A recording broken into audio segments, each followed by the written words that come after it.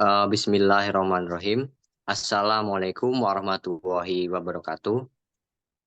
My name is Arfian Kurnianto and I'm with my friend Syahrul Zulfikar Ramada.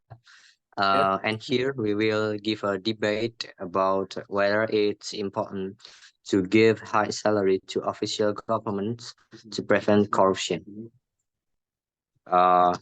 The debate on whether high salaries for officials in Indonesia can effectively prevent corruption has been ongoing this decade. Proponents that argue that adequate compensation can dissuade officials from engaging in corrupt practice by meeting their financial needs. Opponents, however, believe that salary increase alone can insufficient insufficient and must be coupled with stricter supervision and accountability measures. This debate will explore both perspectives about me and my friends, providing strong arguments and evidence for each stance, of course. Let's start the debate. As a supporter, I believe, Mas Syahrul, as a supporter, I believe that providing high salaries to officials can be effective step in preventing corruption in Indonesia. With the sufficient salaries, officials are less likely to resort to corruption to meet their living needs. For instance, in Singapore, the government in Singapore has implemented high salaries for public officials, which has contributed to a very significant reduction in corruption level. The logic is simple. When officials are financially secure, they have less incentive to engage in corrupt practice. Okay, Mr. Arfian. However, as someone who opposes, I argue that providing high salaries to officials is not an effective solution. Salary increases should be accompanied by stricter supervision and accountability. We can look at countries like Brazil, where despite high salaries for public officials, corruption remains rampant. This demonstrates that without robust oversight and accountability mechanisms, high salaries alone are insufficient to curb corruption. Mr. Sahrul, but we cannot ignore that the fact that low salaries can be major driving factor for officials or government to engage in corruption.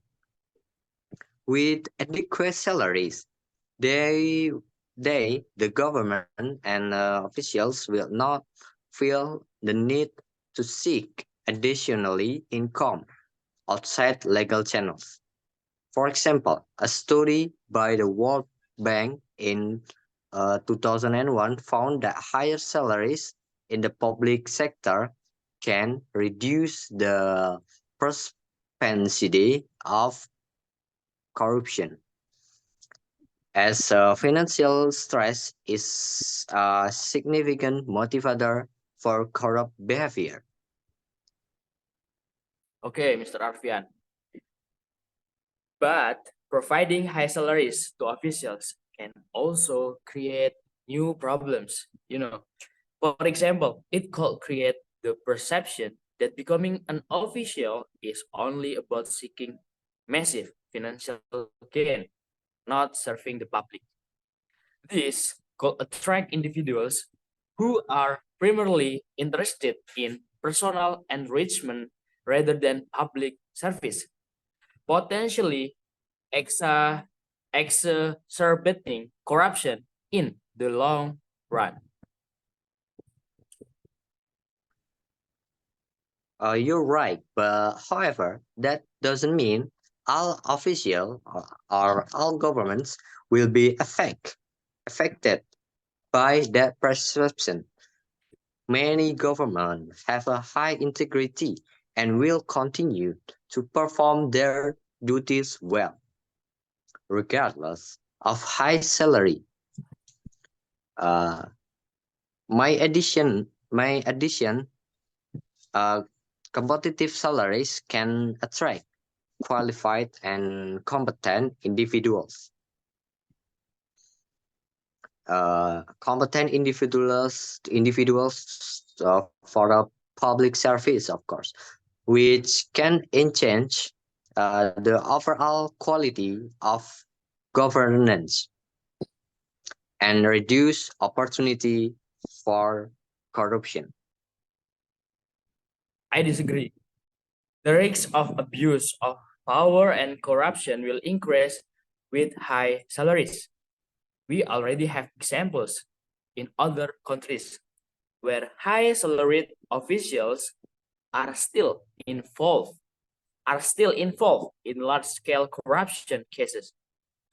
For instance, despite high salaries, South Korea has experienced numerous high-profile corruption scandals among its public officials, indicating that salary alone cannot deter corrupt behavior. What do you think? However, we cannot generalize the situation in other countries to the situation in Indonesia itself.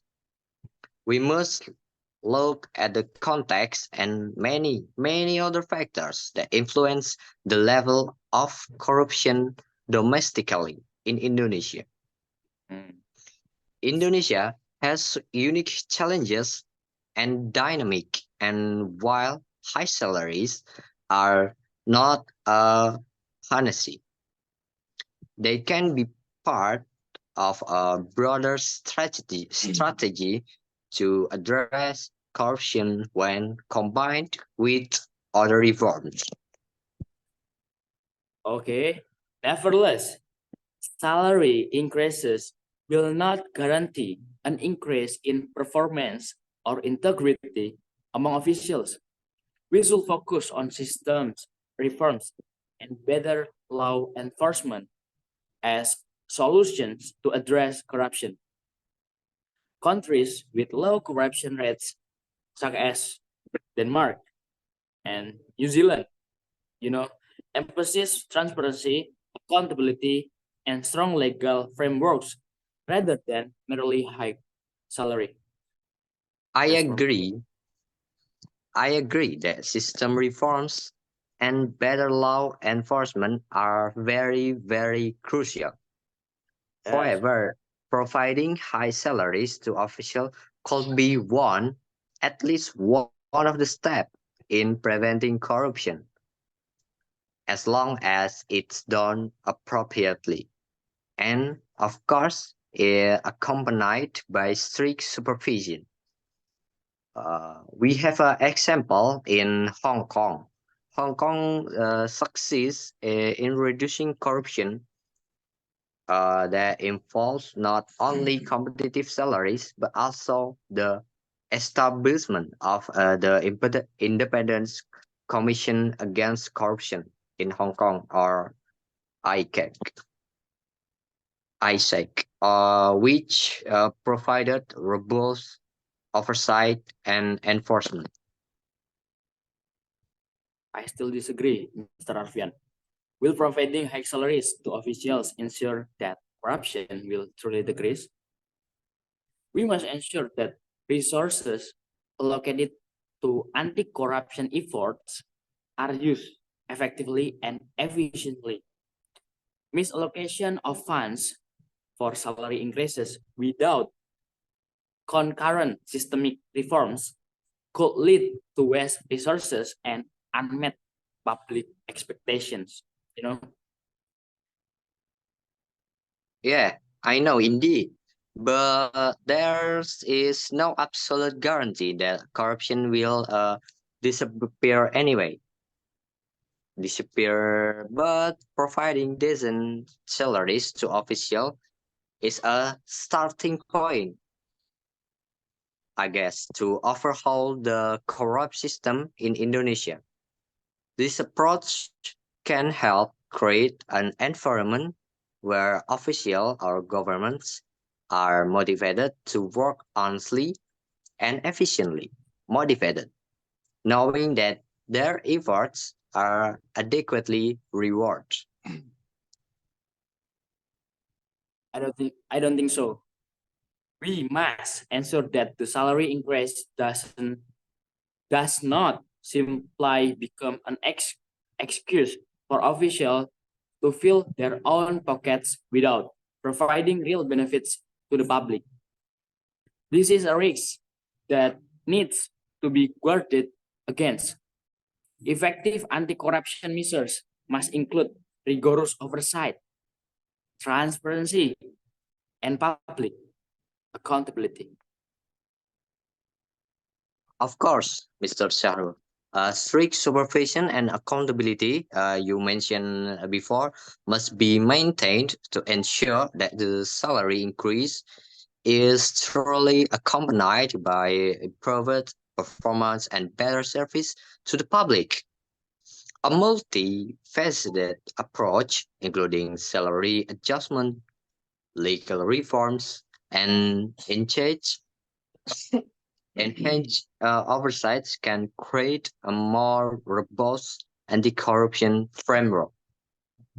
Yes, ultimately, the solution to addressing corruption is not just about high or low salaries, but about building a culture of integrity and enforcing the rule of law rigorously. High salaries are not a guarantee that corruption will decrease if other factors are not addressed seriously. Comprehensive reforms that include transparency, accountability, and ethical standards are still very essential. I agree with you, Mr. Shahrul, that high salaries are not the sole solution to addressing corruption. However, it can be at least one effective instrument if implemented together with system reforms and other better law enforcement and so on. By addressing multiple aspects simultaneously, we can create a more effective and sustainable anti-corruption strategy. In addition, we must be careful not to fall into the trap of thinking that providing high salaries will automatically solve corruption. Real change requires a comprehensive and coordinated approach from various aspects, not just salary increases. By focusing on a holistic strategy that includes legal, institutional, and cultural reforms, we can make more significant progress in reducing corruption. I think this the end of our debate, Mr. Arfian. In conclusion, while providing high salaries to officials in Indonesia could potentially reduce corruption by elevating financial pressures, it is not a standalone solution. Effective anti-corruption measures must include comprehensive system reforms, stringent supervision, and robust law enforcement. Both proponents and opponents agree that a multifaceted approach is necessary to address the complex issue of corruption effectively. Adjustments with broader reforms can, we hope, to create a more transparent, accountable, and corruption-free governance system in Indonesia. That's all from us. Thank you for watching. Wassalamualaikum warahmatullahi wabarakatuh.